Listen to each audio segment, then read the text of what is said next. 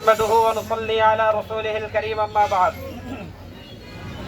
সম্মানিত তাওহীদি জনতা, আমরা এই মুহূর্তে যে একটা বিশাল মাকসাদ নিয়ে উদ্দেশ্য হয়েছে আমরা সকলেই জানি।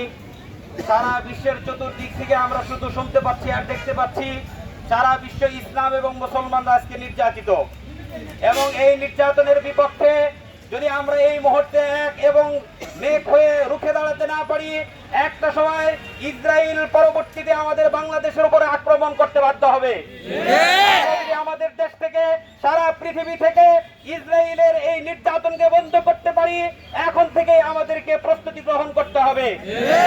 প্রস্তুতি নেওয়ার লক্ষ্যে আমাদেরকে কয়েকটি কাজ করতে হবে। নাম্বার 1, সর্বপ্রথম আমরা সদা সর্বদা দোয়ার মধ্যে তাদের বিপক্ষে মুসলমানদের হেফাজতের জন্য দোয়া করব। নাম্বার 2, সব সময় তাদের যে সকল পণ্য আছে, বিশেষ করে ইসরায়েল এবং ভারতীয় পণ্যগুলোকে আমরা বর্জন করব। আমাদের পছন্দের এবং মহব্বতের হোক না কেন, আমরা তাদের সকল প্রকার পণ্য বর্জনের মাধ্যমে তাদের বিপক্ষে অবস্থান গ্রহণ করব। নাম্বার 3, আজকে আমরা যেটা করছি আমাদের ব্যক্তিগত এবং আঞ্চলিক পর্যায়ে তাদের প্রতিবাদ করছি, এই প্রতিবাদ আমাদের সোশ্যাল মিডিয়া সহ সকল অবস্থান থেকে জারি রাখতে হবে। নাম্বার 4, আমাদের রাষ্ট্রীয় পর্যায় থেকে আমাদের যারা রাষ্ট্রের মসনদে বসা আছে তাদেরকে প্রেসার প্রয়োগের মাধ্যমে আন্তর্জাতিক মণ্ডলে ইসরায়েল এবং ইন্ডিয়ার বিপক্ষে আমাদের অবস্থান প্রকাশ করতে হবে।